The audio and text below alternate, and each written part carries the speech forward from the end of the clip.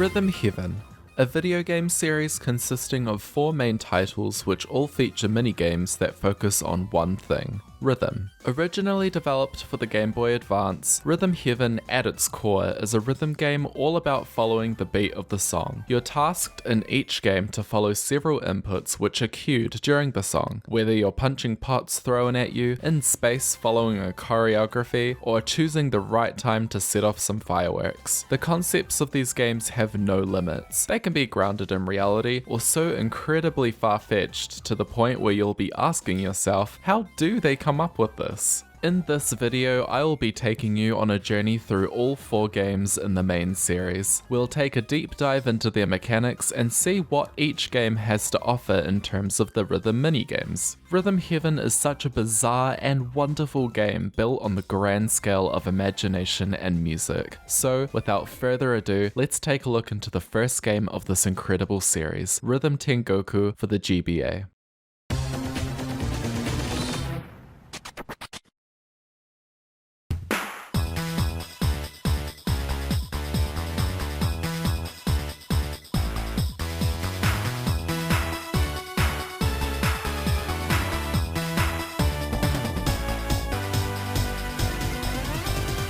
Rhythm Tengoku is a game developed by Nintendo for the Game Boy Advance and produced by Japanese music producer Tsunku, who came to Nintendo with the concept for the game. He proposed it as a rhythm game that at its core does not require the visuals to play. It was released in Japan exclusively on August 3rd, 2006, and it was the final game developed for the Game Boy Advance system. In Rhythm Tengoku, the player is introduced to the game through the form of the rhythm test, where the player must press A to the beeps. The player is then scored through each phase in the form of a graph, which highlights which inputs were early, late, and right on time. At the end of the rhythm test, the player is given a total score and then brought to the game select menu, and just listen to this music.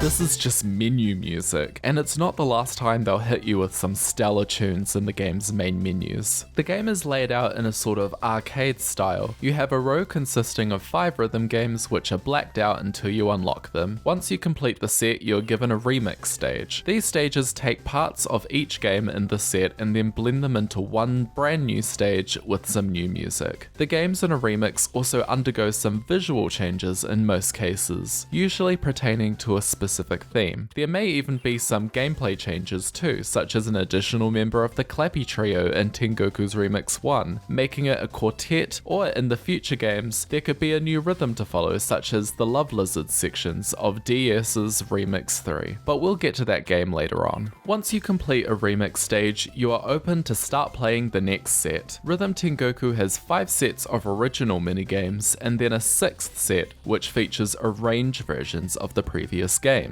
These arranged versions are commonly known as the sequel versions. They have a newly arranged version of the minigame's original music and some new gameplay in some cases. In many arranged versions, there are extra cues added to the minigame, usually to increase the game's difficulty. After you complete these 6 sets, you get faced with Remix 6. In Rhythm Tengoku, Remix 6 is a special remix. Rather than remixing the previous 5 stages, this remix takes all 25 minigames and blends them into one big remix, with a medley song that uses the melodies of each rhythm game for their respective sections. This is the final remix of the main campaign. The following games in the series would go on to continue the tradition of having a medley remix, but this stage would now become the very last remix in the entire game, after completing the main game and the post-game. The post-game of Rhythm Tengoku goes on to include 2 more sets of arranged versions from the game's stages, and 2 more remixes. Remix 7 is a very unique remix.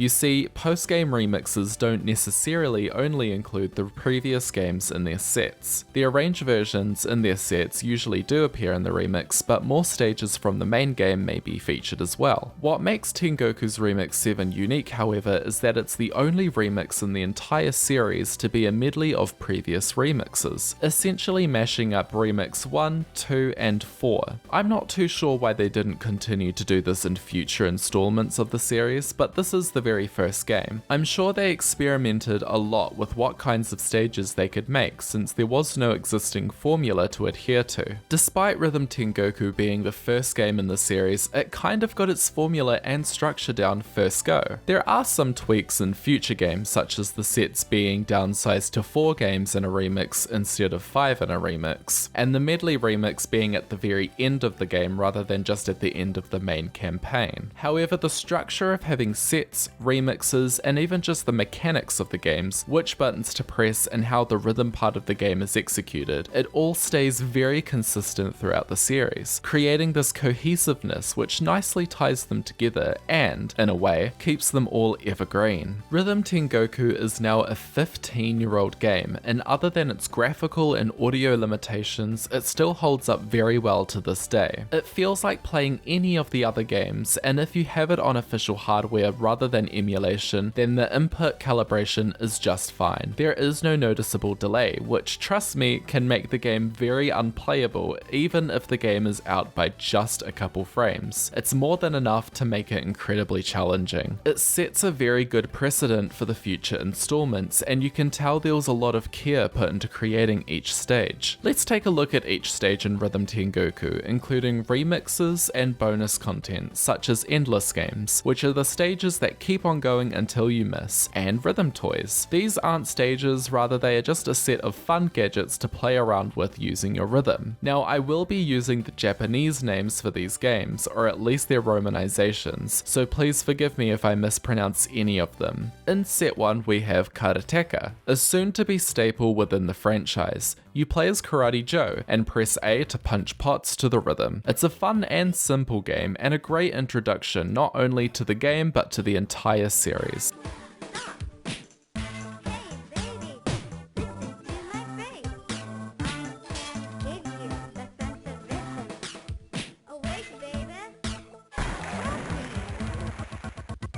Rhythm Datsumo is where it already gets weird. It's a copycat style game, and the first of more to come. You watch as several root vegetables grow hairs, and then you have to pluck them using either the A button or the directional pad. Any button on the pad will count as an input. With curly hairs, you just have to hold either button until the hair is plucked. Most games which have hold inputs do require you to let go at a certain point, but this game doesn't. Marcher is a bit more fast paced. You're a soldier who has to follow several orders. The first one is to march, in which you press A until you're told to hold, where you'll press B to stand still. You're also ordered to look left and right, which require an input from the left and right directional button respectively. Sometimes while marching you may have to turn your head, in which case you'll press the directional button and A simultaneously on the beat. Air batter takes place in space. I absolutely love how that rhymed. You're a baseball batter in a floating green box, and you have to hit A to hit the balls. There are 2 different rhythms for the balls. One of them is a steady 2-beat rhythm, and the high balls are 3 beats long. This is one of the very first stages which focus on switching between 2 rhythms, and in my opinion it's the most tame one. Yeah, I'm looking at you, Donk Donk.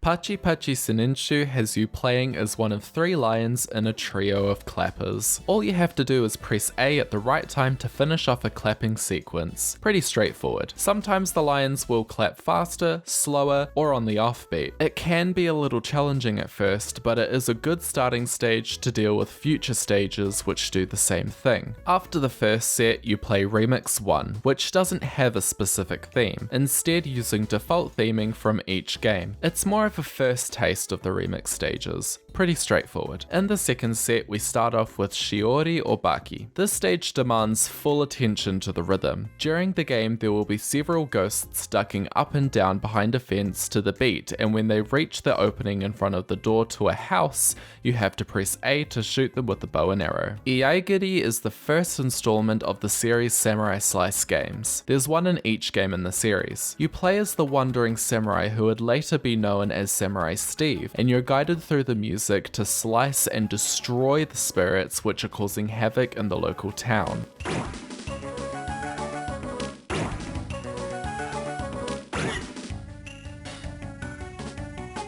Each one approaches in a different timing, sometimes 2 at a time. You press A to destroy them. Throughout the stage, not only with the music going faster and slower, but your visuals at times will get blocked by a thick smog, forcing you to use the rhythm to destroy the enemies. Rhythm Heaven Fever's version of Samurai Slice does something similar, but I'll go into more detail when we get to those games. Kosori Rat is the tale of 3 rats who just want some cheese. Gotta love it. Unfortunately, a cat is trying to stop them in their tracks, so you'll have to duck behind some plates to hide. You press and hold A to duck and then release it to run again. You're in the middle of this trio this time, so if you stop too early then you'll bump into the rat behind you, and the same goes for the one in front if you stop too late. Baiken Hakase is set in a lab of sorts. You're playing as a doctor who has to protect this little guy from being killed by the viruses. You press the corresponding button on the directional pad to kill a virus cell. Some of them do require several hits to die. The Bonodori is a festival game based on the real-life Bon Festival in Japan. This is the first stage in the game with a vocal song if you don't count karateka. You have to hit A every time pan is said in the song. There is one part in the game where they say Japan, and the pan in Japan is a cue. I find that part very cool. Next up is Remix 2, which like Remix 1 doesn't have any particular visual theming. Mahosukai is a slower game featuring a child and a wizard, and the music is a waltz. Throughout the game, some buds will pop out of the ground, and then you as the wizard will have to turn these into flowers by pressing A to the beat. This is another copycat game. Showtime is short but sweet. Several different kinds of penguins will jump down an icy staircase and then jump for the ball. All you have to do is press A to deliver them at the right time. Each penguin has its own rhythm, but they all sound different when jumping down, so it's possible to play without visuals. Next up is Usagi Tobi. This rabbit just wants one thing in life: to jump to the moon. All you have to do is press A to the beat so it can travel across the ocean with the help of several species of marine life. There are points where you have to rest for certain amounts of beats, either 2, 4, or 8 beats. At the end, the rabbit is successfully launched to the moon. Mission complete. Tram to Pauline features 2 performers named Tram and Pauline. They're on a trampoline. It's very funny. I like this game. As they bounce, you have to press either A or the directional pad to transform into their shape-shifted forms. This rhythm game is actually based on the kitsune, which is a creature in Japanese mythology. They are essentially foxes who can shapeshift at will. You press A to transform Pauline and the directional buttons to transform Tram. You do need the visuals for this game, as the cues can sound the exact same, and there are also times where you'll need to transform both of them at the same time. Space Dance is a classic stage in the Rhythm Heaven series. If you're familiar with Rhythm Tengoku, you'll already recognize it as the first stage in Remix 6. You're told to just relax into the rhythm and, most importantly, have fun. And have fun you will. You play as the space dancer to the far right, and much like the marcher, all you have to do is follow directions. There are 3. Turn right, in which you press the right button, let's sit down, in which you press the down button, and most importantly, punch. To do this cue, all you have to do is press A. This game has a fun music track, and in general is just a lot of fun to play, a personal favorite of mine, and undeniably a fan favorite. Remix 3 is next up, and this time there is a visual theme. This remix has the theming of love. Aww. Quiz is the first stage of the 4th set, and it's really quite different to everything else so far. You're in a game show playing this guy. The show's host, who is quite literally the devil, will press the buttons on the podium in front of him. All you have to do in this game is follow the rhythm of the host and copy what he does. You get a countdown to complete your inputs, and if you have the same number as him at the end of the round, you progress to the next round. There are 6 rounds in total. This is also the only stage to not require the player to follow the rhythm too. All you actually have to do is get the right number each time to win, no matter how you get there. Despite this stage being pretty boring in comparison to the rest of the game, there are some fun ways to mess around with it. If you ignore following the host's inputs and just mash the buttons as fast as you can, then you can blow up your podium. If you keep going, you can even blow up the judge's podium and eventually the sign behind you.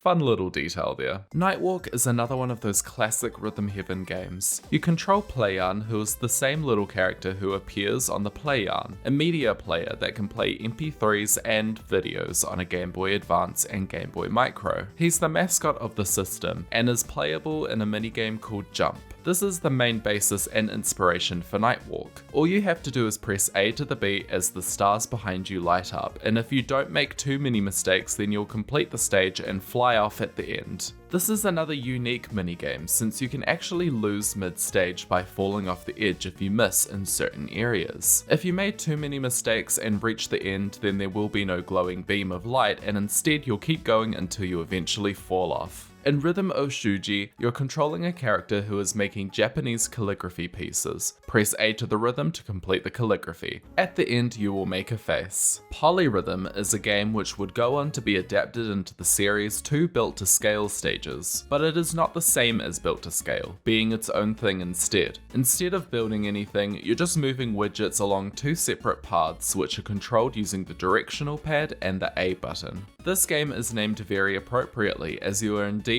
playing a polyrhythm, which is the term used for 2 or more simultaneous rhythms. Each lane has its own rhythm, and you must make separate inputs on each button which blend seamlessly into one. Rap Men features 2 people who together make a rap. You control the rapper on the right. You have to complete the rap by pressing A and making him say un. There are a few different cues and each one calls for a different rhythm. On Desika or Matsuka, you must press A on the next beat. On Kamone, you press A on the next 2 off beats. And finally on Saiko or Naigyo, you press A on the next beat and then on the following off beat. The color of the text changes depending on which cue is being called, which helps players who don't understand Japanese since there is no official translation of the game. There is an English fan translated version of the game named Rhythm Heaven Silver, but the audio is not translated, only the on-screen text. However, it is a very impressive translation, so I would recommend it to anyone wanting to play Rhythm Tengoku but needs English translations for menus and other text elements of the game.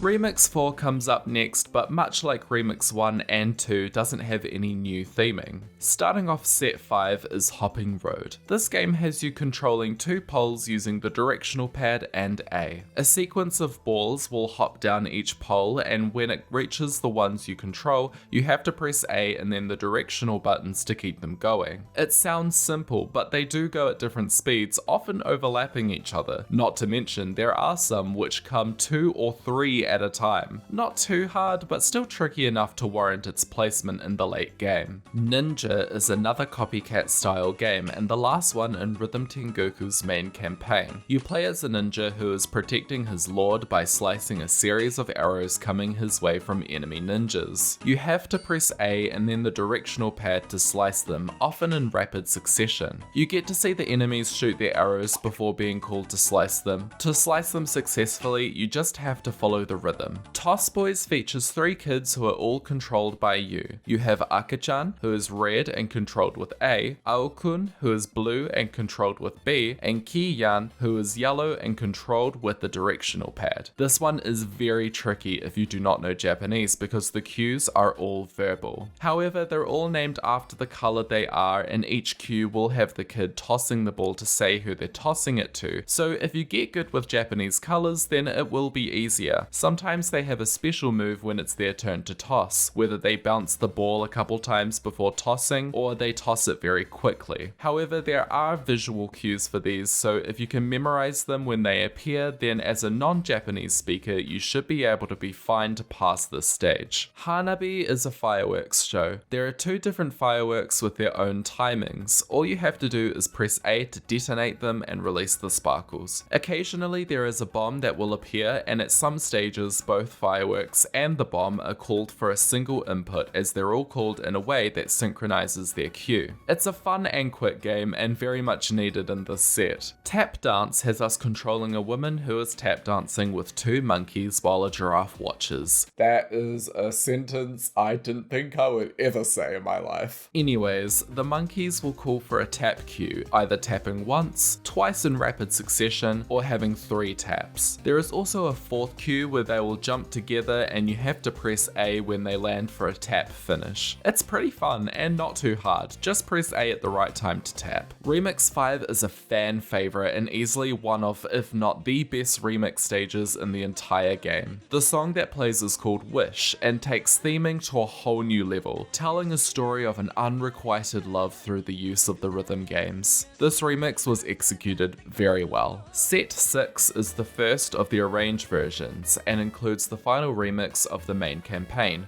Remix 6. I'm not going to go into detail for the arranged versions since they're all pretty much the same gameplay wise as their counterparts. If there are any new cues, I'll let you know, and that goes for each of the games in the series. The arranged versions in Rhythm Tengoku are Bari Bari Seninshu, Bon Dance, Cosmo Dance, Rap Women, Super Tap, and in Set 6 we have Remix 6 at the end.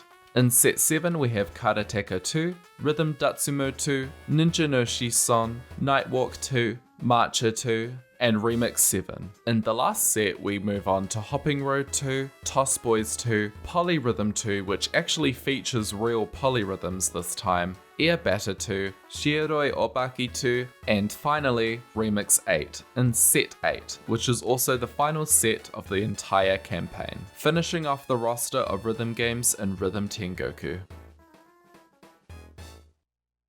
Well, that was quite a few, huh? But we do have more games coming. You may remember I mentioned there were endless games and rhythm toys. These serve as bonus content for the game and can be unlocked with medals. Medals are a reward you get for completing a stage and getting a superb ranking. There are 4 rankings for a Rhythm Heaven stage, and they're all the same in each game of the series. You have Try Again, which is exactly as it sounds. If you completed the game with too many mistakes, then the game will give you a Try Again ranking, and you'll have to complete the game again before continuing. If you successfully complete the stage, then the game will give you an OK. This is essentially a pass rating. You can progress to the next stage and keep playing the set. Sometimes the game will present you with a but just okay rank, which means you still get an okay, but you are playing exceptionally well and on the verge of superb. This ranking means you completed the stage with little to no mistakes and played it very, very well. This ranking grants you with a medal, which will unlock bonus content within the game. Now, the 4th ranking is a special ranking and cannot be achieved by just playing the games in the regular setting. This rank goes above and beyond a superb. But what is this ranking, and how do you even get this ranking? Well, it's really more simple than you think. All you need to do is go for a perfect. As you play through the game, you may get presented with an opportunity from the perfect campaign. This is a special campaign separate from the story campaign, in which at any given moment, any stage that has a superb ranking can be called for you to go for a perfect. This is the only way to get a perfect on a stage. When a campaign is active Retrospective, then you have 3 attempts to play the game and get a perfect. However, these 3 attempts aren't just on the specific game. If you play a different game during a campaign, then this will use up one of your 3 attempts, even though you did not play the game that has the active campaign. This is so you can decide to ignore the campaigns if you wish to do so, and eventually it will disappear. If you do decide to go for a perfect, then you can go in and play the game. During a campaign run of the game, there will be a P in the corner of the screen with the text "Go for a perfect." In Rhythm Tengoku, this is a red heart with a P in the center, and each time you make an input, then it will sparkle. In both Rhythm Heaven and Rhythm Heaven Fever, this is a purple P that will flash on and off screen, and it bounces with each input. In Rhythm Heaven Megamix, it is a golden P, and it doesn't have any animations when making an input. If you miss any inputs in the campaign run, then the red heart will crack or the purple P will cross out and disappear. In a Megamix, however, steel doors will shut on the stage, and a big message with the words "You missed" will play on screen alongside a little tune that just really adds salt to the wound. To complete the campaign, you simply just need to finish the stage without missing any inputs. It's a lot harder than it sounds. Some games will allow you to make a minor mistake, otherwise known as a barely hit. This is a weird input, sort of like the in-between of a miss and a hit. Some games will let you get a superb as they'll count barelies as hits, but other games count them as misses, and only in Rhythm Heaven for DS are there games which count barelies as hits for perfect campaigns. These campaigns are Lockstep, Frog Hop, and Shoot 'em Up, as well as their arranged versions and their appearances and remixes. Once a perfect campaign is successfully completed, you will be rewarded with a new medal in the shape of a P. In Rhythm Tengoku, Rhythm Heaven, and Rhythm Heaven Fever, you also get a piece of reading material, or the music from the game you perfected. If you get every perfect in the game, then you unlock any reading material and music you're missing, since not every game will give you one of each, since they don't all have arranged versions. In a Megamix, you get a flow ball, which is a form of currency that can be used to purchase extra games. If you have a superb ranking in every stage, then the perfect campaign will keep cycling through each stage in a random order until you complete all of them. Good luck! So that's the ranking system of Rhythm Heaven. It can be brutal at times, but at least you get extra content for getting superb medals. Speaking of extra content, the endless games in Rhythm Tengoku are Ura Otoku, which requires 1 medal. You play as a little character that steps to a simple beat. Baiken Hakasi SP, which is an endless version of the regular stage and requires 10 medals. Quiz Special is the same deal and requires 20 medals. Mannequin Kojo will have you building mannequins and it requires 30 medals. There are also a bunch of rhythm toys, which are Neko Machine, which is a cat with the GBA's buttons on its face and you press them to make up a beat. It requires 1 medal. Uma Machine, which is a mechanical horse and you use the buttons to make it trot. The better your rhythm, the faster and further it goes. It requires 7 medals. Kokuhaku Machine is a giant heart-shaped confession machine with buttons. Each button makes the guy in the middle, named Love-san, say something. It requires 15 medals. Rap Machine requires 25 medals, and it's the same sort of deal as the Confession Machine, this time featuring the Rap Men. So that's pretty much everything in Rhythm Tengoku. It's a fantastic start to the series and sets a strong foundation for the future installments.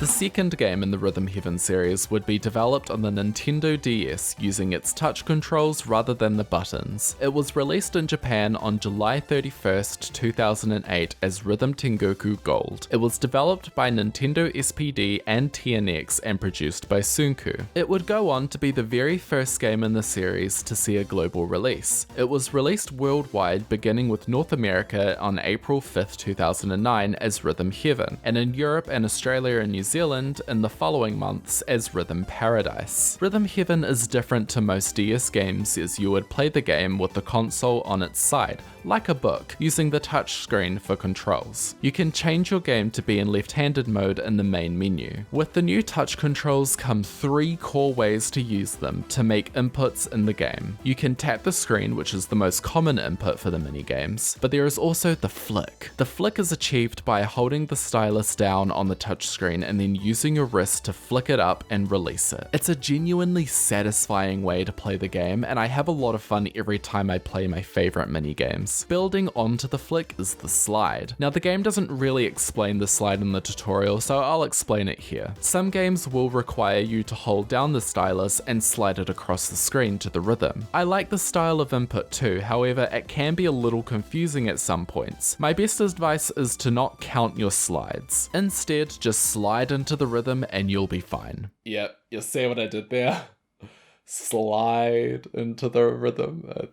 Okay. Moving on. Here are the main minigames you'll find in Rhythm Heaven. The main difference in the layout for these sets is that they now only contain 5 minigames. You have 4 regular minigames and then 1 remix, which just like its predecessor is a mix-up of the games in that set up until you reach the arranged versions, where you may find games from throughout the sets in the remixes. Set 1 consists of Built to Scale, the first installment of Built to Scale games in the Rhythm Heaven series. This game has you assembling these widgets, but flicking a rod into them. The widgets move across the screen in a musical scale, hence the name. Pretty neat. This is also a pretty good beginning game. It gets you used to the flicking mechanic and also tests your sense of rhythm, sort of brutally.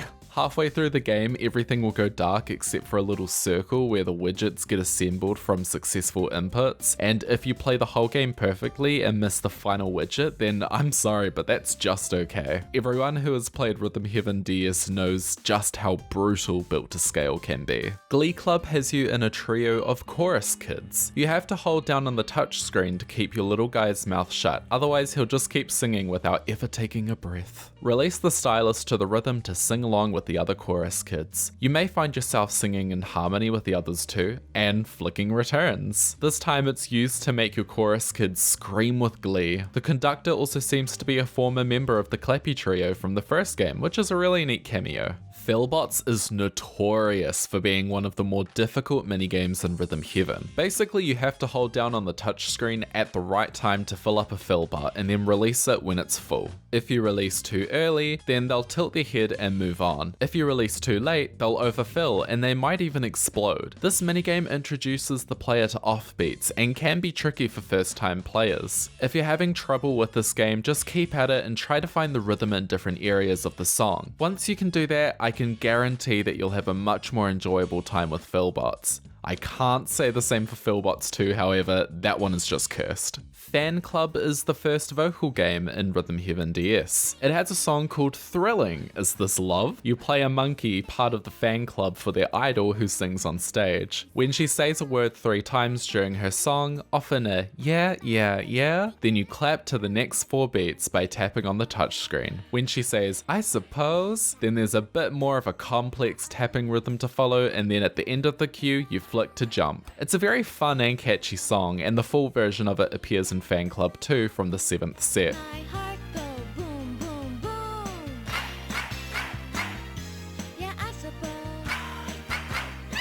Remix 1 is not too exciting, to be honest. It's pretty generic in theming, much like the majority of Tengoku's remixes, and just cycles through the games, getting faster and faster with each loop until it's done. Mostly a beginner remix to help the player get familiar with them. Remix 2 and onwards are far more interesting. Set 2 kicks off with Rhythm Rally. In this game you're playing as the paddler, and hey, these guys look familiar. Where have I seen them before? That's right, these guys are the space dancers, or related to the space dancers in some way at least. There's actually quite a debate among fans about the true nature of the paddlers and who they are. I personally believe they are the exact same, species, for lack of a term, but that's just me. In Rhythm Rally, all you have to do is flick to hit the ball when it comes to you during your game of ping pong. It's tricky at first, but I personally think it's really fun and has a great song. There are 3 rhythms: the standard rally, a slower rally, and then a quick rally. The quick rally is expanded further in the arranged version, Rhythm Rally 2, and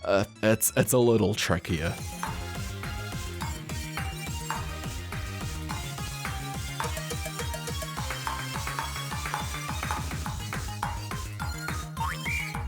Shoot 'em Up is a pretty straightforward game. It's a copycat game, just wait for the enemies to appear on screen and then shoot them to the rhythm they appear in. This game can be tricky to superb since you need to make no mistakes. It's basically a perfect challenge if you're going for medals, and to add salt to the wound, if you manage to superb it, then you'll be also tasked with perfecting it eventually, so have fun with that. At least in the perfect campaign, this game will allow you to make barely hits, and I'm pretty sure it does in the normal campaign as well. A couple of other games let you do the same. Bluebirds has you pecking your beak and stretching out your neck. When the commander yells, "Peck your beak," then you have to tap 3 times alongside your fellow comrades. And when you hear, "Stretch out your neck," then you hold down and then flick up to stretch. It's a pretty solid game and has a really catchy song. I like it. Moai Doo-Wop is where things get pretty challenging. Another copycat game. You just hold and release the touchscreen to make an ooh, and then tap to perform a pwah. Follow the rhythm of your partner to complete the game. Pretty simple, right? Well, not exactly. You see, this game needs you to perform a fast tap, which is not exactly explained that explicitly in the game, as it's not really known as its own command per se. It's just that the cues are pretty fast, so the tapping needs to be lightning fast, otherwise your moai will just begin the input for when you hold the touchscreen instead, and a seagull will poop on you. Lovely. Remix 2 has a tropical theme, and it's actually pretty slow in its tempo, which is a nice change for the remixes in the series, and very fitting seeing as the theming implies a holiday of some sort. The rhythm can be a little tricky to flow with, but it's overall a solid remix, and not too hard. I love the visuals in this one a lot. With set 3, we start off with Love Lizards, which is a fun little game where you play as a gyro lizard who is reacting to the mating calls from its partner. The concept behind this is actually really neat. They're based on the instrument of the same name, which is a block that has ridges on its back. You then use a stick to create percussion by sliding it against the instrument. This works the same way in Rhythm Heaven. You slide your stylus across the touchscreen in the rhythm to make the input. Crop Stomp has you playing as a farmer who stomps down on the ground to release the beats. You then flick the stylus up to knock them into your bag and grow a plant. Partway through there are moles, which are hit at a different rhythm. It can be tricky at first, but a fun game nonetheless. Freeze Frame stars TJ Snapper, who is tasked with snapping photos of a rhythm kart race. Nice reference to Mario Kart there. There are 3 cues, one where you tap 3 times to snap photos of 3 cars, another with 2, and finally there's a cue with just 1. The single cars are very fast, but you can snap them easily by following a simple rhythm. The game features many cameos with characters from Rhythm Tengoku watching the race partway through, blocking your view. Therefore, you must follow the audio cues to complete the rest of the game. The Dazzles is the game's second vocal minigame. You play in a group of 5 others. There are an array of cues where the other Dazzles will duck and you follow them soon after. When the rhythm carries through, you'll eventually flick to jump up. The timing on this one can be quite strict, so don't be disheartened if it takes you a couple goes. Just like many of the minigames, practice makes perfect. Remix 3 is really cool. The game describes it as having a spaghetti western / samurai vibe, and yeah, I kinda see it. The Love Lizard section also has an adjusted rhythm, which is not very common for remixes to have, so it makes for some fresh gameplay. This remix is one of my personal favorites. What do you think of it?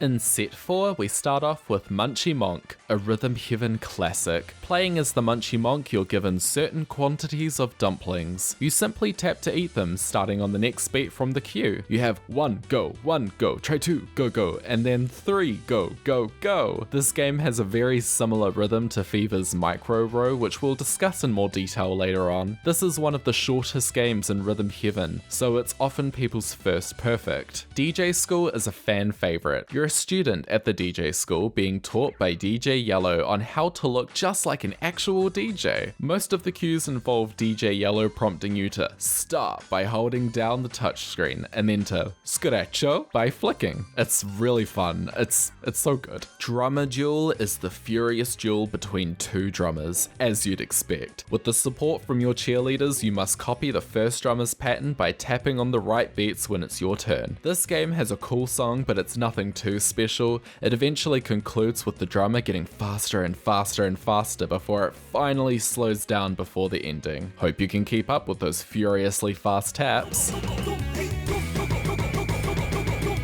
Love Lab is another game which focuses on the slide. You're a scientist who is making love with another scientist. Yep, you heard that one right. But not in the metaphorical sense. No, you're literally making the chemical that is love. Aw, that's cuter. You hold down to catch a vial and then slide it to the same rhythm as your partner before flicking to throw it to the next scientist, who is for some reason dressed like a squirrel. If you're successful, then your hearts will combine and the love will be made. Okay, yeah, carrying on. Remix 4 has a love theme, which honestly makes sense considering the previous minigames already having that sort of vibe to them. However, it does take on a different approach to the love theming. Rather than being a happy-go-lucky love remix like Tengoku's Remix 3 or a heartbreaking ballad much like Tengoku's Remix 5 and Fever's Remix 8, it's a bit more like a rom-com sort of festival theming, which is pushed further through its end cards. Set 5 sets the scene with a splash, starting with Splashdown. Similar to games like the Clappy Trio and Glee Club, you are also in a trio of synchronized swimmers who are making waves at the pool. You simply follow the other swimmers. When they dive down, you must hold the screen and then release to dive back up. At some points, you'll have to flick to shoot up into the air and do a trick. These cues can be done either individually or as a group. Big Rock Finish is a unique game that is not necessarily a full song, rather a compilation of song finishes, hence the name. There are 8 Big Rock finishes performed by the Band of Ghosts, all completed with the same flicking pattern, just at different tempos. Each time you play this game, a randomly chosen variation of the set list will be determined, so it's different each time you play. The only consistency being that Big Rock Finish A is always first and Big Rock Finish H is always last. Those two versions also appear in later remixes in the game. Big Rock Finish H appears in the medley during Remix 10, and the other one? Well, I won't spoil it just yet, but just take a listen to it so you can remember it for later.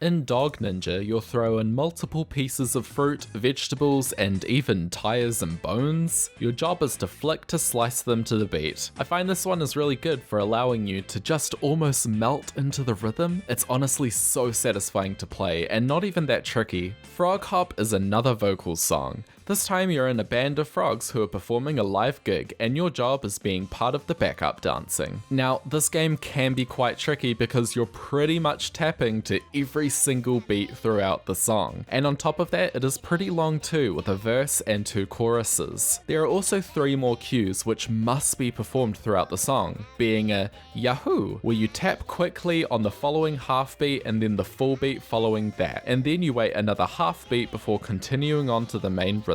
The yeahs have you tapping 3 times quickly in the span of 2 full beats with no break between the cue and the main rhythm. And finally, the spin it boys is a flick cue. Thankfully, this game knows its difficulty and will let you hit a Beely in the perfect campaign without it counting as a mistake. Remix 5 has no particular visual theming, but visuals are mixed up a bit, and it is described as being peppy and energetic. This remix also adds a new cue to Dog Ninja, being the here we go before something is thrown. It's not really made clear why this cue is added in, as many people don't have a hard time reading the cues anyway, but it's probably added in to get players ready for the Dog Ninja sections, as they may be a surprise if you're playing through for the first time, or if you're just having a hard time feeling the rhythm in general. Set 6 is the final set in the main game before the credits section in Rhythm Heaven, and it consists of the more challenging games in the main campaign. Space Soccer is where we kick off, with you controlling a space kicker. This is sort of similar to Frog Hop, where you're tapping to each beat in the song. During the game, you'll be prompted to flick with a hi, kick toe. Overall, it's a very energizing and fun game to play, and a good intro to the last set. Lockstep is notorious in the Rhythm Heaven series. It's often the most difficult game for players, as it challenges you to tap to the beat and then at the cue switch to the offbeat, maintaining the same rhythm. You must flip between the two throughout the whole game as the visuals zoom in and out to try and put you off. This is the only other minigame excluding arranged versions where the perfect campaign will let you off with a Beely hit. It's arranged version, Lockstep 2, adds to the challenge by making you do the exact same thing but on a swing rhythm. Evil. Pure evil. The penultimate minigame in the main campaign is Rockers. This is a very joyful game with you flicking the stylus to strum on your guitar. Like other copycat games, all you have to do is copy the rocker who goes before you. There are also some parts where you will strum at the same time, and those moments are vital for getting a superb. Its arranged versions, Rockers 2, is the only minigame in Rhythm Heaven that has you press a button, being the shoulder button, either L or R depending on the orientation of your DS. Pressing this button will adjust the pitch during a strum, and it counts as its own cue. After completing Rockers for the first time, you'll unlock access to a side quest called Battle of the Bands, where you play through a selection of the previous minigame song and play them in the style of Rockers. It's a genuinely fun side quest, and if you own the game and haven't checked it out yet, then I suggest you do. Aside from being a fun break from the main game, it also serves as good practice for Rockers, and especially Rockers 2 if you normally have trouble on those two games. The final game before Remix 6 is a return of the legendary Karate Joe in the second installment of Karate Man. Karate Man is different this time around. Not only are you tapping to hit pots like you did in Tengoku, but now you have to punch open barrels and kick away a bomb by flicking it. It's a more challenging installment of Karate Man, but a fun and innovative expansion from the original gameplay. Similarly to Tengoku's Karate Man, this Karate Man has a vocal track, the music being Struck by the Rain. Remix 6 has a space theme and puts your skills to the test, from the constant tapping in Space Soccer with flick cues mixed in, carrying that over to Lockstep, which challenges your sense of on-beats and off-beats, to Rockers, which tests your mastery of the flick, and finally Karate Man, which has you tapping and flicking, the two fundamental inputs that started your adventure in Rhythm Heaven for DS. After that's done, you are awarded with the credits, which sounds lame until you learn that the credits are actually a new minigame to play. That's right, Airboarder is another trio game where you must tap to duck obstacles in time and then flick up to jump over the lower ones. It's a fun ending to the main game. Once you've completed the main game, you gain access to the post game, which takes you through 4 additional sets. Like I did with Tengoku, I won't be going into too much detail about the arranged versions unless there are some new cues to take note of. In set 7, we have Built to Scale 2, The Dazzles 2, Frog Hop 2, and Fan Club 2, which this time features the whole song and a new cue where the monkeys charge up a double clap in moments of the song. Remix 7 has a Rhythm Heaven theme, taking place in the clouds of the titular Rhythm Heaven. The music in this remix may sound familiar at first. Let me play you some of it.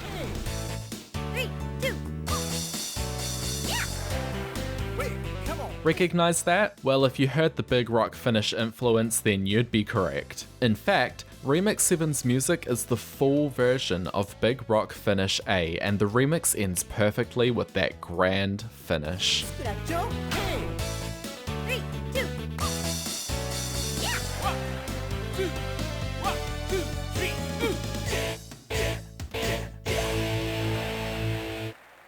Thank you.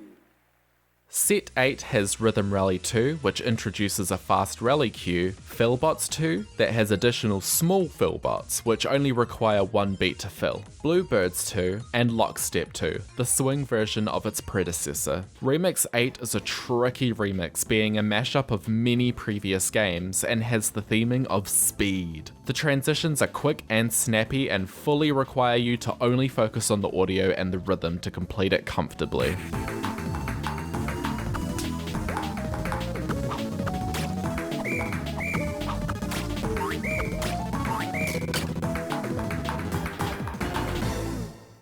Set 9 includes Mawaya Do Wop 2, Karate Man 2, Glee Club 2, and Space Soccer 2. Remix 9 has some sneaky transitions, most notably the transitions into Space Soccer, which the game actually warns you not to miss as the cue begins in the previous game before the transition. Set 10 finishes the game off with Shoot 'em Up 2, Splashdown 2, Munchie Monk 2, and Rockers 2, which has the aforementioned pitching cue using the shoulder button. Remix 10 is is the final remix in the game and serves as Rhythm Heaven DS's medley remix. It mashes everything up into one game, testing everything you've learnt in one grand finale. Much like how Tengoku's Remix 6 begins and ends with the same game, that one being Space Dance, Remix 10 in Rhythm Heaven begins and ends with Karate Man. So that was Rhythm Heaven DS. It largely improves on the Rhythm Heaven formula and truly succeeds as a sequel to the original game. Because it was the first game to be localized outside of Japan, it also serves as many players' first Rhythm Heaven title. It's wacky and fun, and I find this game really challenges you on your sense of rhythm a lot more than Tengoku does, but that's just my personal experience with the game. It has a lot of memorable characters and minigames, and is still holding up as one of the best in the series and many people's favourite Rhythm Heaven game to experience. If you don't already have this game, I really highly suggest you grab a copy before it goes way up in price, because Rhythm Heaven these days is becoming a lot more popular. With all of the medals that you earn through superbing the minigames, you can unlock an array of endless games and rhythm toys, just like you did in Tengoku. The endless games are Coin Toss, unlocked at 2 medals, an endless version of Shoot 'em Up, unlocked at 7 medals, Tunnel, which is unlocked at 12 medals, Samurai Slice, which is Rhythm Heaven's installment of this game, being unlocked at 17 medals, Glass Tappers, which is unlocked at 22 medals, and Rhythm Move Dungeon, which is unlocked at 27 medals. The rhythm toys you can unlock are Business Card at 1 medal, Phone at 4 medals, Slot Monster at 8 medals, Octopus Machine at 11 medals, Beat Machine at 14 medals, Beat Bag at 19 medals, and kyepha DJ at 24 medals. Okay, now that was a lot of content. Now that I've gone through everything there is in Rhythm Heaven DS, let's move on to arguably the most well-known game in the entire franchise, Rhythm Heaven Fever for the Nintendo Wii.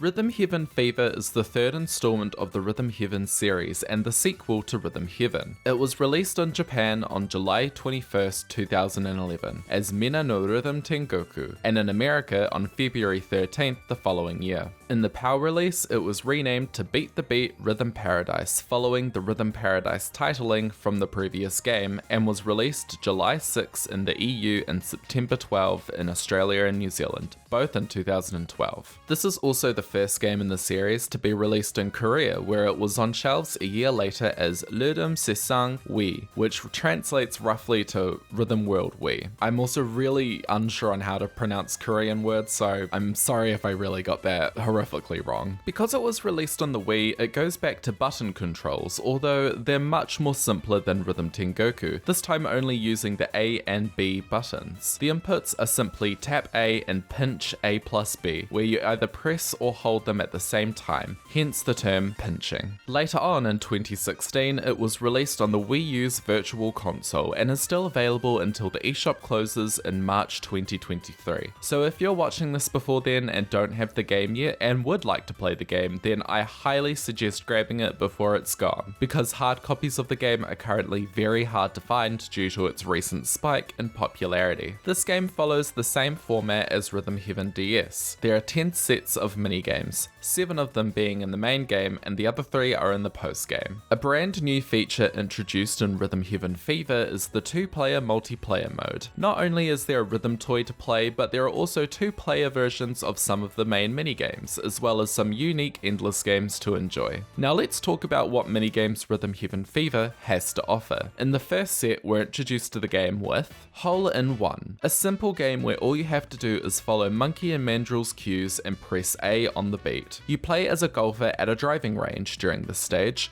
With each successful input, you hit a golf ball all the way to the distant island where the hole is, thus getting a hole in one. The music is very cheery and enjoyable. The tutorial is also a lot more extensive extensive than the other tutorials of the minigames, as it takes more time to introduce first-time players to how Rhythm Heaven works in general. An all-around superb beginning to the game. After that, we move on to Screwbot Factory, in which you'll be tested on your pinches for the very first time. It's very similar to Fillbots, in which you're screwing the heads onto the robots that come along a conveyor belt. Release too early and they'll topple over, but release too late and you'll scrunch them up. The robots are also deceptively large, as seen in their end cards. In game they look very small, but in reality they're much larger than most skyscrapers. Seesaw features Mr. C and Mr. Saw. You have to press A with two rhythms going on. On one rhythm, you're steadily pressing A on every fourth beat, and when your partner gets to the middle section of the seesaw, you have to go twice as fast. You'll be shifting rhythms quite a bit during this game, so try to not get mixed up with transitions. You'll also be launched high into the air to create some visual distraction, which Rhythm Heaven Fever features a lot of, but the rhythm still remains the same. At the end, Mr. C and Mr. Saw will congratulate a job well done, and then they'll explode and die. Yup, the end. Moving on, Double Date has quite a bit going on at first. You're a boy trying to enjoy a date with his high school crush, but some weasels are trying to enjoy a date alongside you. Unfortunately, they're rudely interrupted with various balls flying their way, and it's your job to hit A at the right time to kick them away. The footballs, or soccer balls, are pretty standard and follow the rhythm to each beat. The basketballs are a little faster, however, and will require you to hit them on a half beat. Finally, the American footballs bounce 3 times, and all you have to do is hit them on the third bounce. This game also has a couple of offbeat sections, but are easy to get when you relax into the rhythm. If you hit a belly, then the ball will bounce to the side, and if you miss,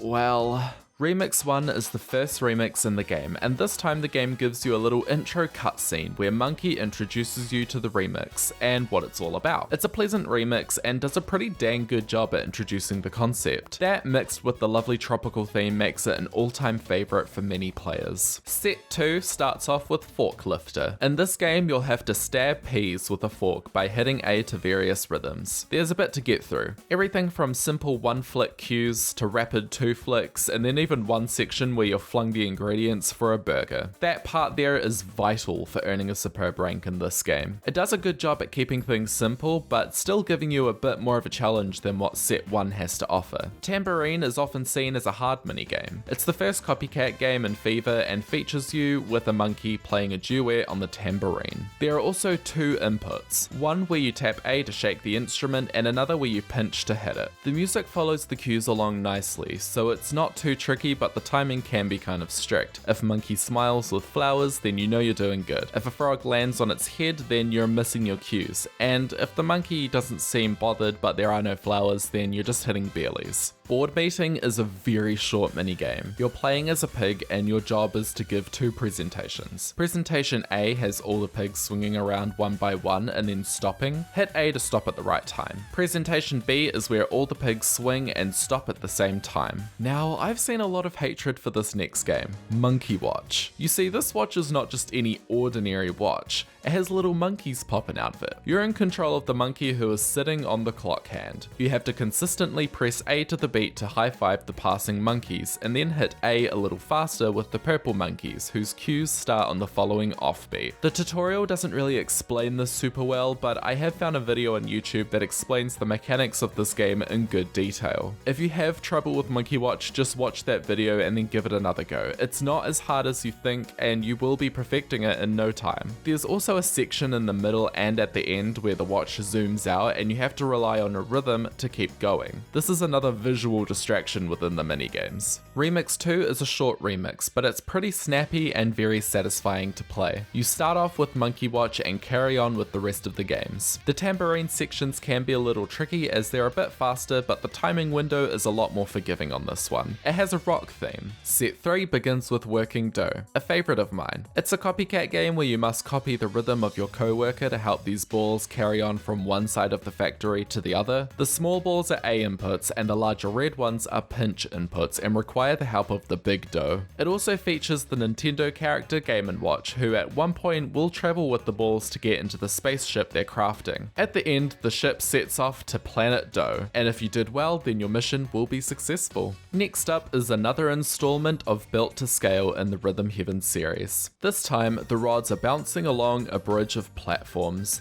one of which you have control of. The song is a short melody that replays at various tempos, working its way up and down the pitch scale as you assemble widgets. When the rod comes by, you need to hit A to bounce it along, and then when your platform recoils, then pinch when it's time to shoot the rod into the widget and assemble it. Air Rally is a fan favorite, featuring Baxter and Forthington, or Quick and Slow if you're lucky enough to play a PAL version like me. I personally think their American names are much better. The game has two rhythms, a simple beat-by-beat rally, similar to Rhythm Heaven's Rhythm Rally, where all you have to do is hit A on every second beat. The ba-bum-bum-bum cue is when it's time to slow down. A quick tip, if those sections are giving you grief, I find hitting A on the last bum, or if it's counting when he says 3, is almost guaranteed to land you a successful hit. In the ring, we have Figure Fighter. In this game, you're controlling a muscle doll who is performing rhythmically executed jabs at a punching bag. You have a few cues, the first one being jab, which is just one hit. You then have 1, 2, which is 2 hits, and go go go, which is 3 hits. There is also a fast one too, so don't let that one trip you up. After those games are clear, we head into the kitchen and play Remix 3. It has a culinary theme and features a vocal track. Set 4 features the legend itself, Ringside. This game has been memed to death. If you haven't heard of it or seen any gameplay of it, I will be genuinely surprised. This is actually how many people are getting into Rhythm Heaven these days, so I thank the Ringside meme community for their good hard work. But let me tell you how the game actually works in case you've only ever seen the memes. You're playing the wrestler and the reporter next to you is asking you a few simple questions for an interview. The "wubba dubba dub, is that true?" calls for a simple tap of the A button. "Whoa, you go big guy," is 2 taps so that the wrestler can show off those mad strength biceps he has. Finally, "pose for the fans," calls for the wrestler to flex everything for the camera. Complete this action by pinching.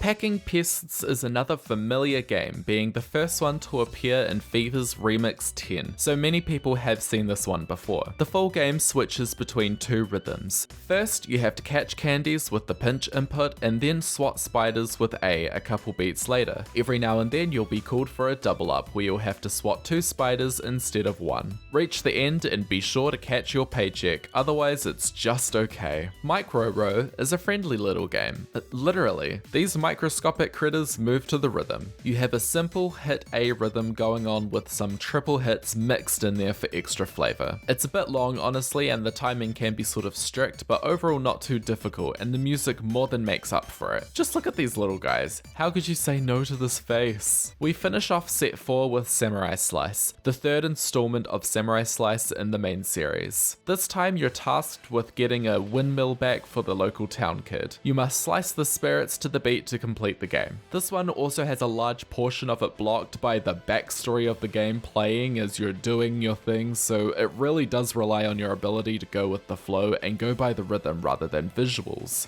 Kind of a staple for Samurai Slice at this point. I think it's pretty clever, but it also is very annoying. Though if you miss during these sections, then the words and pictures will go out of your way momentarily for some visual clarity so that you can get back on track. The size of the spirits will change, but unlike in Rhythm Tengoku, this does not cue a change in rhythm. Other than hitting A to slice, the only other cue is when a swarm appears and you have to pinch on the following beat to whirlwind slice them out of the way. Also, did you know that at the end of this game you can slice away the "to be continued" text? The same goes for the text seen at the end of its arranged version, Samurai Slice 2. Remix 4 has the traditional Japanese theme. It's really quite a charming remix. I don't think it gets enough recognition. This music goes so hard, and it has Ringside guys. This is the Ringside remix. How is it not as popular? Set 5 starts strong with Catch of the Day. You have to hook up 3 types of fish, each one going by a different rhythm. The input for all of them is just A, however. The first fish, a quick nibble, will go for the bait twice and you have to hook it up on the third nip. Pause gill has a faster taste of it and will wait a little bit. Wait another beat and then hook it. The 3 fish is a big tanky fish that takes a good old taste of it before waiting for 3 beats before going for the bite. The game does a really good job at providing some countdowns to remember for the pause gill and 3 fish. Also, the fisher that you play as is called Angler, which is a pun on the word angler, a person who regularly goes fishing.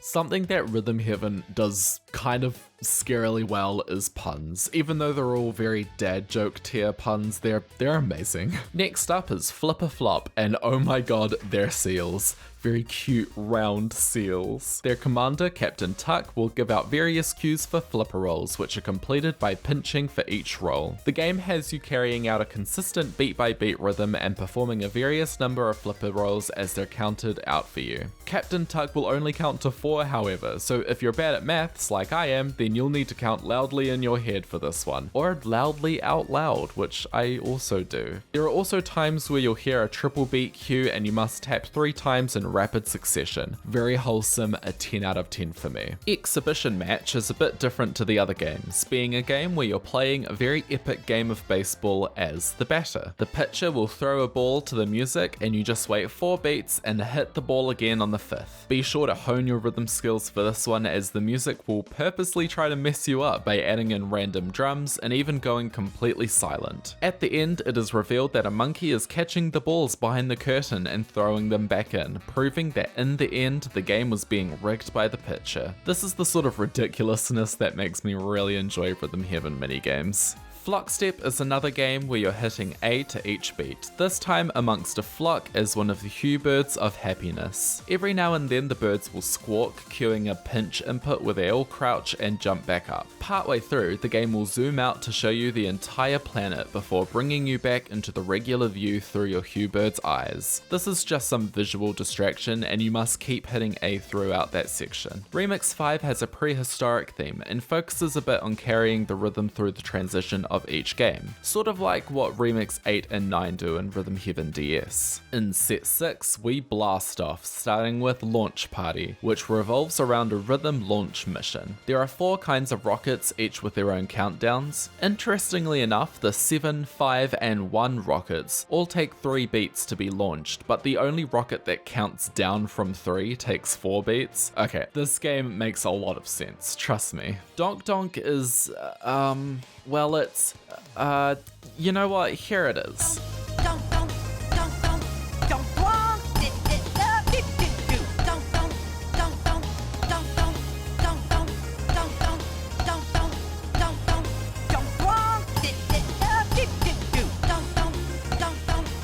You're playing as one of the 3 tuning forks who are affixed to a blimp that relies on your rhythm to keep going. It's pretty notorious for being one of the hardest games in the series because the timing is pretty strict and the rhythm is tricky to get the hang of. I tried to go for a perfect in Donk Donk many times and it always ended in heartbreak.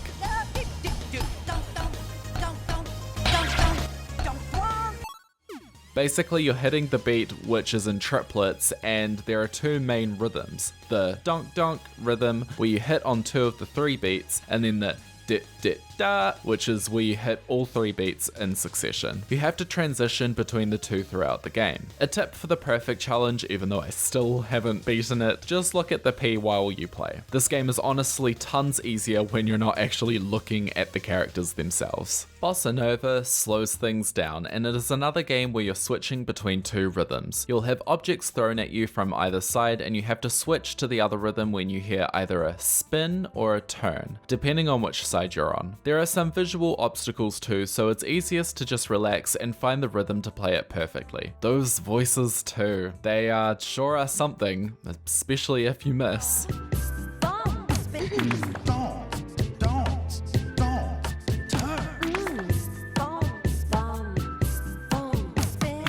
Love Rap is a tricky game to get the hang of. You have a lot of cues to remember and the timing can be difficult to get the hang of. You're playing as this rapper here, and you have to recite various love-related verses after MC Adore, who's this lady here sitting on the car with teeth. I find this game suffers a little from the localization, since in Japanese it's actually noticeably easier. The best hack for this one is to just hit A right after MC Adore finishes reciting the verse. This game is a bit more lenient on late inputs too, much more than the early ones, so if you take a split second or two to react, you should be good. The faux shows have two different voice cues, but they're both at the same number of beats, just one of them starts on the off beat, so keep that in mind when playing. We then move on to Remix 6, which is the carnival themed remix. If you're already scared of Love Rap, then look away. Interestingly enough, this is the only remix in the entire game that has no pinch inputs. In fact, the same is true for the entire set of games. It's an all A round. Set 7 is the final set in the main game before going on to the credits. It starts off with Tap Troupe, another game focusing on switching between two rhythms. A steady tapping rhythm and then a bum bum bum bum bum bum tap tap tap, which is a bit faster. This game at first seems random with its cue placement, as each final tap before going into the main rhythm is either pretty fast or slow. But this is because the tap tap tap rhythm doesn't always align perfectly with the main rhythm, so that the last beat snaps to the next beat of the main rhythm, which will either come early, late, or perfectly depending on where the second rhythm is placed during the song. I'll link a video down below by PatriciaTaxxon who explains this game in a lot of detail. I highly suggest giving it a watch after this video if you're interested in the deep mechanics of this game and understand why it just works so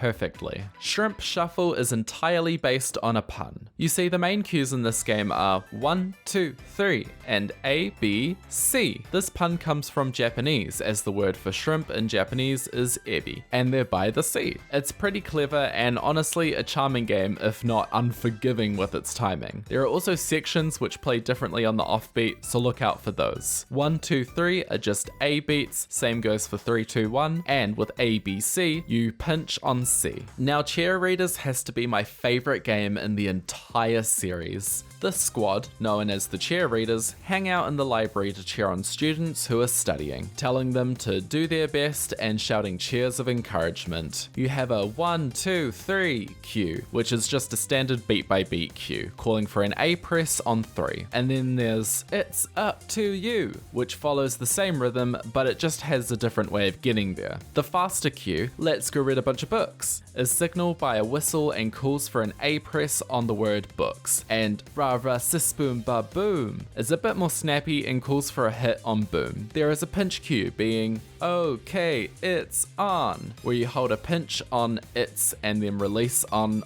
The cues blend really well together and work with the music perfectly, providing some good and satisfying challenge too.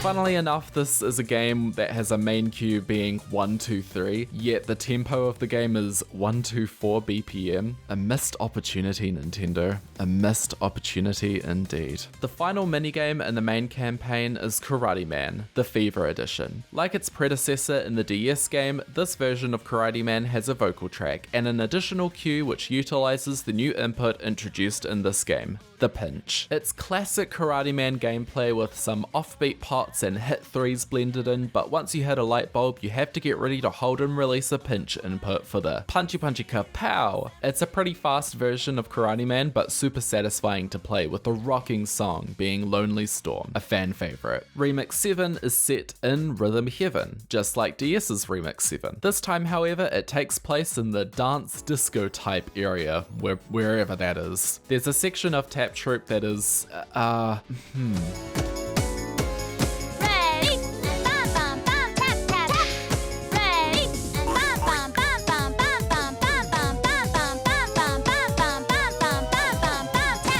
It's a little tricky, but a nice way to end the main campaign before heading off to the credits game. Nightwalk. Much like its Tengoku predecessor, Nightwalk Wii takes you through a journey through the stars and then up into the world. Yes! This time Nightwalk has a daytime section which has a nice visual difference from its counterpart. There is also a new cue where you must hold and release the A+B pinch to perform a roll and jump back up. It adds just a bit more spice to the gameplay. However, another difference is that Marshall is now the character you control, who is one of the main characters in Rhythm Heaven Fever and helps you along the rhythm test in the beginning of the game. The song is called The Dreams of Our Generation and is another vocal song. A lovely one too, full of hope and promise. A perfect ending to a perfect game. Now for the sequels. We kick off the arranged sets with Set 8, which includes Samurai Slice 2, Working Dough 2, Built to Scale 2, Double Date 2, and finishing off with Remix 8, which is incredibly fast for being a love ballad. Set 9 takes us through Love Rap 2, Cheerleaders 2, Hole in One 2, Screwbot Factory 2, and ends with Remix 9, which is a pop rock sort of remix and features another vocal song. It's all about the power of women, which I think is pretty cool. The final set, Set 10, features Figure Fighter 2, which has twice as many jabs as the first one, Micro 2, which has a new double tap cue, displaying how the microbes have evolved since you last saw them, Packing Pests 2, again featuring a brand new cue where you'll hear a ding and have to go on the offbeats for the following hits, Karate Man 2, a slower version of the first one, and finally, Remix 10, often regarded as the hardest final remix that the games have to offer, and is the medley remix of this game, featuring every single minigame from the main campaign and remixing the music to feature parts from their individual songs. I personally think Fever's Remix 10 does the best job at transforming the songs into a new song. It sounds incredibly clean and doesn't feel like a mashup of other songs at all. At least that's how I felt when I listened to it. What is your favourite of the medley remixes? Let me know in the comments. Now that's not all of the games that Rhythm Heaven Fever has to offer. Of course we have the Endless games, 2-player games, and Rhythm Toys, which I'll go through in a moment, but before we talk about those, we have 4 extra minigames which are remastered from Rhythm Tengoku, offering players outside of Japan an opportunity to play through these games for the very first time, and also being the first official versions of these games with localized names. These games are Pachi Pachi Saninshu, which is now known as the Clappy Trio, and it requires 35 medals to play. Shiori Opaki, which is now known as Sneaky Spirits, and requires 38 medals to play. Rhythm Oshuji is now called Power Calligraphy and requires 41 medals to play. And finally, Tap Dance, which in English is named Tap Trial and requires 44 medals to play. So you need to get a lot of superbs to play all of these games, but you don't need every single one. The endless games on offer for Rhythm Heaven Fever are Wake Up Caller, which puts you in charge of a pigeon inside of a cuckoo clock. You need to use your sense of rhythm to count down to the time of the alarm and then set it off to wake up the pigeon in time. This one requires 3 medals in Mena no Rhythm Tengoku and 11 in localized versions including Rhythm World Wii. Munchie Monk is a spiritual sequel to the DS counterpart, sort of like how Samurai Slice was carried over to the DS. It has the 1 egg input where you just press A and handful of peas where you hold a pinch. It requires 11 medals in the Japanese version and 23 in localized versions. Lady Cupid is a game where you must aim for the middle as the titular character slides across the screen and then hit A to break through a row of blocks and hit a bomb to clear the stage. Each stage gets faster and faster and more blocks appear. It requires 23 medals in Japan and 32 in localized versions. Manzai is about 2 birds part of a comedy duo. There's a cue that calls for Kosuke, the larger bird, to talk where you press A twice to perform a hi hi, and then another cue that calls for a pinch when Kosuke stretches his neck back. Performing the pinch correctly will make Katsuki, the smaller bird, to slap his neck and say Donayanyin. Well, I hope I said that right.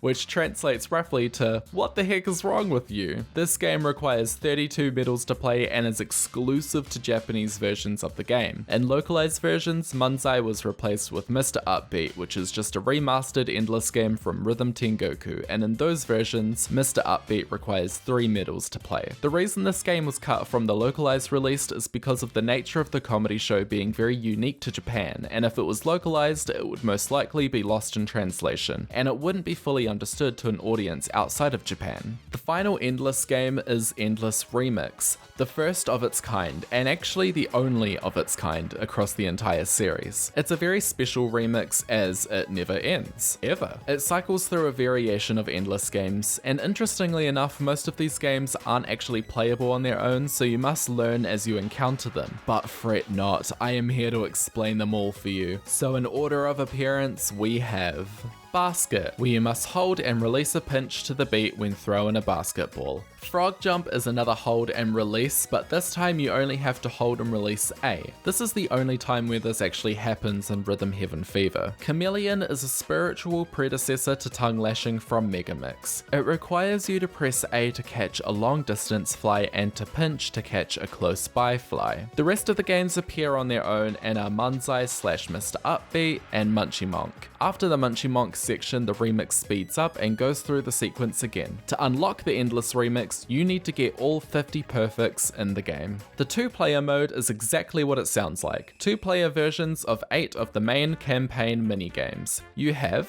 Forklifter, Tambourine, Ringside, Micro Row, Flipper Flop, Launch Party, Tap Troupe, and finally Karate Man. After completing a 2-player game, you get graded as usual and get some bonus points if you had good flow together. If you get a superb, you unlock a duo medal, which goes towards unlocking the 2-player endless games. The 2-player endless games are Claptrap, which requires 1 duo medal earned in 2-player mode. You must make the mannequin clap and catch a falling hand. Each player controls an arm, so you must work together to catch it. It will fall at different tempos, so be ready. Mochi Pounding requires 2 duo medals and has each player hit A to their end of the beat. You must keep going beat by beat until the number on the mochi hits 0. Kung Fu Ball requires 4 duo medals and has the players perform a rally during a sport named Kung Fu Ball. There are some cues where the player will impact how the other reacts, and another cue where the two will have to hit it together. Pirate Crew is my favorite of the 2-player endless games and requires 6 duo medals. Each player is rowing on either side of a pirate ship and you must transport pigs from one island to another by hitting A to row. Sometimes you will need to turn, and depending on the direction you turn, either player 1 or player 2 will row at each beat. Bossa Nova is the final 2-player endless game requiring all 8 duo medals and has player 1 controlling Bossa and player 2 controlling Nova. It's regular Bossa Nova gameplay,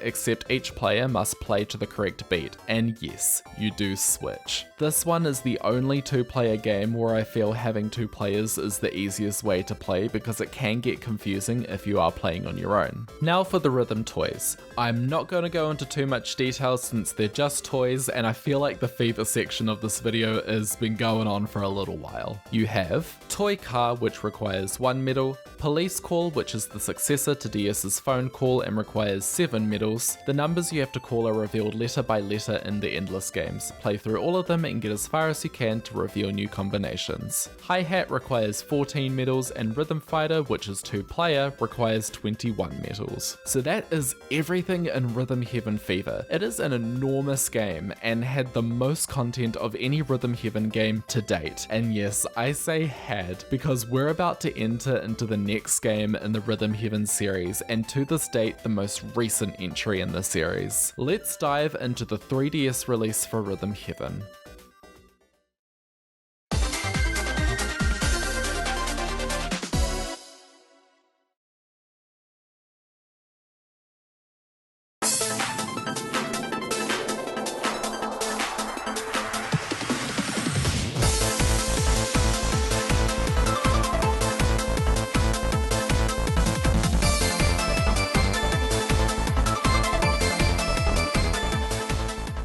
Rhythm Heaven Megamix is to this date the most current game in the Rhythm Heaven series, and it's enormous. Featuring 108 total rhythm games, 63 of them having been featured across all 3 of the previous entries in the Rhythm Heaven series. Rhythm Heaven Megamix was released for the Nintendo 3DS, first in Japan on June 11, 2015 as Rhythm Tengoku The Best Plus. The following year in 2016 it was released in North America on on June 16th as Rhythm Heaven Megamix, and in Europe and Australia and New Zealand on October 21st and 22nd respectively as Rhythm Paradise Megamix, going back to the branding consistent with the series to date. No more Beat the Beat. In South Korea, it was released as Rhythm Sesong do Besto Pelosu, or Rhythm World The Best Plus. Again, I'm super unsure on how to actually pronounce the Korean version, so if that was horrifically wrong, you're allowed to roast me in the comments for that. In South Korea, it was released on December 1st, 2016. Now, this is a big game, and because we've already explored most of these games before, I won't dive too deep into the remastered games since they play exactly the same as before, except for the DS games which have been revamped for new touch and button controls, as there is no flick mechanic in this game. So I'll only be going into detail with the brand new minigames featured alongside the 3DS release. Before we begin, I need to explain the story. This game has a story. See, you begin the game by meeting Tibby, a creature from Heaven World. He got lost and found his way to you, so now you must go through all the lands and complete the rhythm games presented to restore the flow and help out the characters you meet along the way. Once you help him get through the lands and make your way to Lush Woods, you're both told that you need to clear Lush Tower to get enough flow to send Tibby home. Well, you do that, and then it doesn't work out quite as planned. So now you have to complete 6 more towers, and this is where the gameplay is laid out the most like previous games, where you have 4 games and then a remix. After completing the main game, you have the post game. Sort of. You see, Tibby is back in Heaven World, but there's trouble. The flow is dying out and you have to restore it, so you go through some more lands like you did in the prologue to reach the Mamarin Palace, where you see Tibby's mum is terribly ill and acting very different. And she's a palace. Yep, that's her. You see, once a resident of Heaven World reaches a certain age, they turn into a palace. That's the cycle of rhythm life. So back to the towers you go, where you play through sequel games, or as they're called here, threequels, since some of these games are the third version in Megamix, where in previous games they were just the second version. This is because the prologue is made up of mostly new short versions of existing rhythm games. Once you clear the final set, being Tibby's mum, you recover the flow and Heaven World is saved. What a lovely story. Sort of. Now let's take a look at the games that Megamix has to offer. And fair warning, there is a lot. More than double of any previous title. Now some of the beginning games are just remakes or ports from their original counterpart and don't have a new prologue version, so I'll be distinguishing which games are prologues so you know which one's got a new short version. The sets of 4 this time are laid out with a Tengoku game first, and then a DS game, a Fever game, and then a brand new Megamix game. Furthermore, we have some new gameplay features which come in the form of coins and skill stars. Coins are rewarded in various amounts, and at the end of a rhythm game depending on the difficulty of the game and how well you played. You get bonus amounts if you played the game perfectly, awarding a no miss bonus, and if you get a skill star, it awards a skill star bonus. To get a skill star, you must hit an ace, which is a frame perfect input, at the right moment, which is signified in each game with a star that begins to form on the bottom screen. These replace those signifying superb moments from previous games, allowing you to get a collectible for hitting these important moments in each game. The skill star also appears in remixes, but not in endless games. To receive the maximum amount of awardable coins in a stage, you must get a superb, get those 2 bonuses, and in late game stages, you also have to get a score of 90 or more. The score is determined on the timing of your inputs. The closer your timing is to ace, the better. If you miss once or twice, then it's not going to hurt your score too much, however, skill star moments do generally award a boost in points. Now with all of that out of the way, let's talk about the games. Starting with Honeybee Land, which has Karate Man Prologue, Philbot's Prologue, Air Rally Prologue, and Catchy Tune Prologue, which is the first of the new games. You control these 2 little guys named Plalin and Alalin, who sit at the bottom of a staircase ready to catch oranges and pineapples. The oranges follow a steady beat and you have to either press on the direction buttons if it's coming from the left side, or A if it's coming from the right to catch them. The pineapples take twice as long to fall. Next up is Machine Land, which has Rhythm Tweezers Prologue, Glee Club Prologue, Figure Fighter Prologue, and Fruit Basket Prologue. This game has you playing as Courtney, who is a street, and he is also super flexible and able to shoot himself up to launch fruit into the basketball hoops. You just press A to the beat when a fruit rolls over above Courtney's face to launch it successfully. After those 2 sets, you reach the first gate where you meet the Gatekeeper trio, featuring Saffron, Saltwater, and Paprika. These 3 get you to pay coins to play an endless game, and each member will offer a varying difficulty to clear it in. Saffron offers the easiest version for the biggest price, Saltwater offers a medium version for a moderate price, and Paprika offers the hardest version for the cheapest price. If you fail to complete the endless game and spend over 30 coins trying, then they'll let you pass without having to clear it. Once you complete an endless stage at either difficulty, or if you spend the coins, then you may pass, and you may revisit to try the other difficulties whenever you want. These endless games during the story do have an end goal, usually being a specific score you need to reach, or the game will just have an end point. If you complete the endless game in each difficulty, then you can unlock the true endless version to play at your own leisure. This appears in the museum, which is an area where the games you've cleared will be easily accessible for replay. The first gate features Coin Toss, which is from Rhythm Heaven. After that, you can carry on to Citrus Land, where you'll play the Clappy Trio prologue, Shoot 'em Up prologue, Micro Road prologue, and First Contact, which is a game where you translate an alien for your fellow comrades to understand. It's a copycat game and fairly straightforward. Press either A or the direction buttons to match the rhythm of what's said to you and translate. Donut Land starts off with Bunny Hop, continuing on to Air Border, Exhibition Match, and then Tongue Lashing. A more fleshed out version of Fever's Chameleon from the Endless Remix. You have yellow viruses where you just press A to eat them as they float along, and then red viruses which will bounce for a few beats before floating along. The second gate features Sick Beats, which is from Rhythm Tengoku. Barbershop Land brings back prequels with Sneaky Spirits Prologue, Rhythm Rally Prologue, Flip a Flop Prologue, and Lumberjack prologue, which has you playing as a bear who has to chop wood that's placed by the cats. Some logs require more than one hit, and sometimes a cat may place a random object like a can or a broom. The final land is Songbird Land, which kicks things off with Power Calligraphy, moving on to Bluebirds, Flock Step, and finally Super Samurai Slice, Megamix's version of Samurai Slice. It takes the style of a classic arcade game and has new enemies. The small ones are hit A inputs, and the larger ones require B to be held and then released on the beat. The final purple enemy is on the offbeat, so watch out for that one.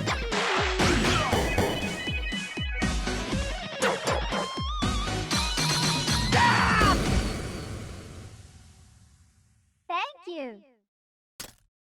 The third gate features a brand new endless game called Charging Chicken. In this game you have to hold down A and wait for the countdown to get a 0 before releasing. It's an expansion on the toy car rhythm toy from Fever, fleshed out to a full game. As a difficulty handicap, the countdown will slowly disappear and you'll have to count the remaining beats in your head to keep going. Finally, we reach Lush Woods, and this marks the end of the prologue and into the main game. Here the games that are usually the first version in their respective titles will have a 2 at the end if they had a prologue, and then their sequels, which were the number 2 versions, will be called 3, so just some FYI before we carry on. A neat thing about the prologue versions is that they have new music and aren't arranged versions, which is why I didn't call them as such, so for the prologues that were brand new games to Megamix, this will be the first time where their sequels are not arranged versions. That's right, even the 3DS game prologues have new full versions, and these versions will appear in medley remixes too. Yes, remixes. There's more than one, but more on those later. Let's start off with Lush Tower. Starting things off, we have Spaceball, Dog Ninja, Hole-in-One, Sumo Brothers, which is like a dance sumo match, more like a performance if you will. The dog referee gives out 3 cues, one to start slapping to each beat with A, another to stomp on every second beat with A, and the final one being a whistle that goes for 5 beats. On the 5th, you press B and pose, but not for the fans this time. Finally, we have Lush Remix. This time, remixes don't have a number to organize them, because the towers after Lush Tower can be played in any order. So I won't be going into detail since their name literally tells you what theme they have, this one being plants. So as I said before, the following towers can be played in any order, but we'll go by the order the game organizes them in the museum, starting with Honeybee Tower, which has Karate Man Returns, Philbots 2, Air Rally 2, Catchy Tune 2, and Honeybee Remix. Next up is Machine Tower, with Rhythm Tweezers 2,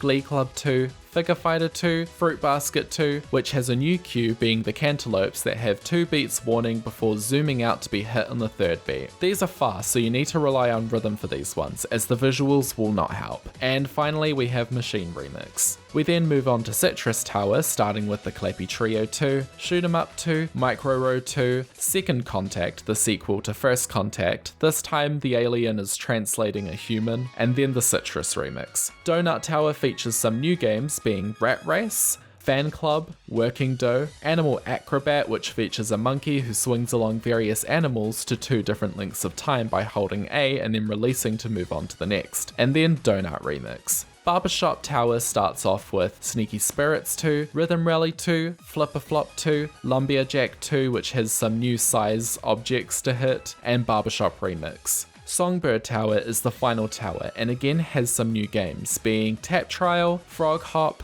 Ringside, Tangotronic 3000, where you are a dancing robot performing a tango. You have to hit A to the beat a different amount of times depending on the cue, either 2 times fast or 3 times fast. The final cue is a ready, and then you press and hold B and release on the second beat. These cues are near identical to Frog Hop's cues. The set finishes off with Songbird Remix. Once you've completed all 7 of the towers, they will all share their flow with Lush Tower, which transforms into a portal up to Heaven World. The credits roll, but this time there is no game for the credits. However, I think this credit sequence is one of, if not the best in the series. It really just hits a spot, you know. It feels super congratulatory and makes me excited for what's to come. Speaking of, let's head to Heaven World. We start off the post-game in Starland, which has Ninja Bodyguard, Freeze Frame, Launch Party, and Pajama Party, which takes place on a giant bed with rows of monkeys, and then you, the player. You have to jump in time with the monkeys by hitting A, and then at some points you'll have to hold B to throw your pillow in the air. There is one last cue where row by row the monkeys will fall asleep, ending with your row. We then have Comet Land. In this land we start off with Marching Orders, Munchie Monk, Seesaw, and then Blue Bear. Bless this bear. He's just going through a rough time right now. He has 2 cues where he'll either eat a donut or go for the cake. Donuts are 3 beats and then an A input, and cakes are 4 beats and then a direction button input. In Japanese, they call this game Depressed Bear. I love this bear so much. Finally, before heading to the end game, we have Planet Land, which features some more tricky games. In this land we have Space Dance, Lockstep, Cheerleaders, and Kitties. This game absolutely knows what it's doing. This is the description. They're so cute, you guys! Whoever wrote these, thank you. In this game there are 3 cues. One where the kitties will line up and you clap twice with A, another where the kitties will gear up for a spin. During the spin you hold and release B, and the final cue is where a fish will appear above the kitties and you must hit A at the right time to grab it. It's such a fun game and even has a little end card, a perfect end to the post-game lands. Before we move on, the Gatekeeper trio catches us once more with a final endless game, being Fever's Claptrap. This time it's a 1-player game and the A input will trigger both arms. After clearing that, we move on to Marmarin Palace, where we face the left-hand tower, right-hand tower, and finally Tibby's mum, who, as we know, is a palace. This place is affected from a lack of flow, so to restore it we need to go through the 2 towers first and then to Tibby's mum. Starting with the left-hand tower, we have the Snappy Trio, Fan Club 2, Figure Fighter 3, Jungle Gymnast being the arranged version of Animal Acrobat. This time it has a new cue that has a row of monkeys followed by a single monkey, who is just a hold A on one beat and release on the next cue. Lastly, we have Left Hand Remix, being the first of Megamix's final remixes. You see, in this game, since there are so many mini-games, the final medley remix has been split into these 3 last remixes. In Left Hand Remix, we have Blue Bear, Philbots 2, Hole-in-One, Spaceball, Working Do, Freeze Frame, Space Dance, Pajama Party, Shoot 'em Up 2, Tap Trial, Ringside, Rhythm Tweezers 2, Second Contact, Dog Ninja where the skill star appears, Kitties, Exhibition Match, and then closing off again with Blue Bear. The next tower is Right Hand Tower, which has Tap Trial 2, Jumpin' Jazz, Hole-in-One 2, Super Samurai Slice 2, and finally Right Hand Remix, which includes the Clappy Trio 2, Fan Club, Tangotronic 3000, Bluebirds, Lockstep, Flipper Flop 2, Sumo Brothers, Sneaky Spirits 2, Launch Party, Glee Club 2, Super Samurai Slice, Power Calligraphy where the skill star appears, Cheerleaders, Karate Man Returns, Figure Fighter 2, Catchy Tune 2, and finishing off with Clappy Trio 2. Finally, we reach the final set, Tibby's Mum. The last set in this game features Cosmic Dance, Cosmic Rhythm Rally, Working Do 2, Karate Man Senior, which is not an arranged version, instead being its own thing. This game features classic Karate Man gameplay while also mixing in cues from Karate Man DS and Fever. We then have the appropriately named Final Remix. This remix goes through the remainder of the rhythm games not featured in the previous 2 remixes, as well as the arranged versions from Mama and Palace and the Endless games, except for Charging Chicken. Justice for Charging Chicken. Unlike the previous final remixes in the series, the song is not only a medley of the games it features, but also of the title screen themes across the entire series. This remix includes Lumberjack 2, Tongue Lashing, Munchie Monk, Ninja Bodyguard, Animal Acrobat, Micro Row 2, Air Rally 2, Seesaw, Fruit Basket 2, Ear Border, Rhythm Rally 2, Rat Race, Flock Step, Frog Hop, Bunny Hop, Marching Orders, The Snappy Trio, Cosmic Dance, Tap Trial 2, Sick Beats, Fan Club 2, Cosmic Rhythm Rally, Jumpin' Jazz, Coin Toss, Figure Fighter 3, Working Do 2, Hole in One 2, Claptrap, Jungle Gymnast, Karate Man Senior, Super Samurai Slice 2, Drum Lessons, which is the rhythm test at the beginning of the game, and finishing off with Lumberjack 2. And this is also where the skill star appears, right at the end. And there we have it. That remix finishes off the post-game of Rhythm Heaven Megamix, and at this stage, the series as a whole. And I know we all want Rhythm Heaven for the Switch, but if it never happens, then I'm glad this is where we ended. My rank for Final Remix? Perfect. After completing the final remix, we have the game records, where it goes through every single game and shows you how many times you played them. And oh, what's this? More? Why, yes, let's talk about bonus games. So in Rhythm Heaven Megamix, when you can collect flow balls for getting perfects, there's also an area called the Challenge Train, where you can play through sets of games with modifiers or challenges like Tempo Up, where the game is faster than usual, or maybe you can only make 3 mistakes. Anyways, completing those challenges will give you flow balls too. This is a new form of currency used to buy bonus minigames, and these are all games that appeared in previous titles, mostly Fever. These games are Bouncy Road, Night Walk from Tengoku, Quiz Show, The Dazzles, Big Rock Finish, Karate Man Kicks, Built to Scale from Fever, Double Date, Catch of the Day, Forklifter, Love Rap, Bossa Nova, Screwbot Factory, Board Meeting, Samurai Slice from Fever, Packing Pests, Monkey Watch, and finally Karate Man Combos. So there we have it, every single minigame in Rhythm Heaven Megamix, closing off the series as it currently is today. Rhythm Heaven is a very special series. From its inception all the way back in the GBA's Rhythm Tengoku in 2006, all the way to Rhythm Heaven Megamix in 2015. There's no telling what will happen with the series in the future. There hasn't been any talk of any new developments, but fans will still stay hopeful for the fabled Switch release. Even if it weren't to continue, the series has definitely had a good run, and just goes to show that rhythm games don't need to be visually focused like your Guitar Heroes or Friday Night Funkins. It mostly relies on your sense of rhythm, and for the most part can be played blindfolded. It's truly all about the music, which I think is just superb.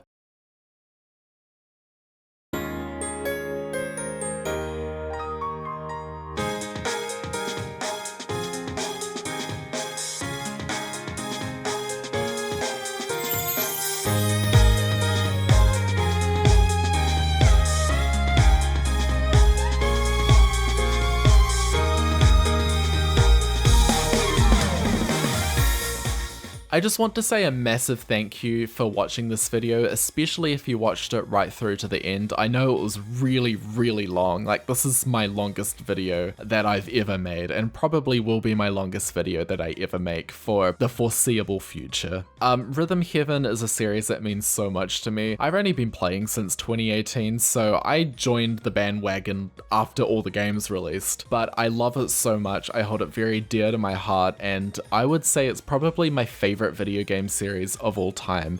Like, even past Pokemon. Pokemon can be number 2 now. This is also sort of a new direction for my channel. You guys are used to these sort of like animated video game skit comedy things, but this time I just wanted to do something like a video essay because it's a content style on YouTube that I really enjoy myself, probably my favorite content style, so I wanted to give it a shot. If you guys really enjoyed this video and if you like this sort of style of video, then please let me know in the comments. I want to know your feedback and your thoughts on this so I can gauge if I should make more. I would love to make more. But yeah, going forward with the videos, they probably won't be as animated, fully animated sort of thing that you're used to, just because it takes a huge amount of time and I do work full time, so it takes a really long time for me to get the videos out, and I want to be able to upload more and share so many more thoughts on video games that I like with you guys. So yeah, there'll still be drawing involved, little sketches or even just little animations here and there, but probably not as much. It'll probably focus a bit more on the gameplay heading forward. So I hope you're okay with that. I'm excited to see what happens next. I have so many more video ideas, and I really hope that you'll be there along the ride. Thank you again so much for watching, and I'll see you guys in the next one. Bye bye.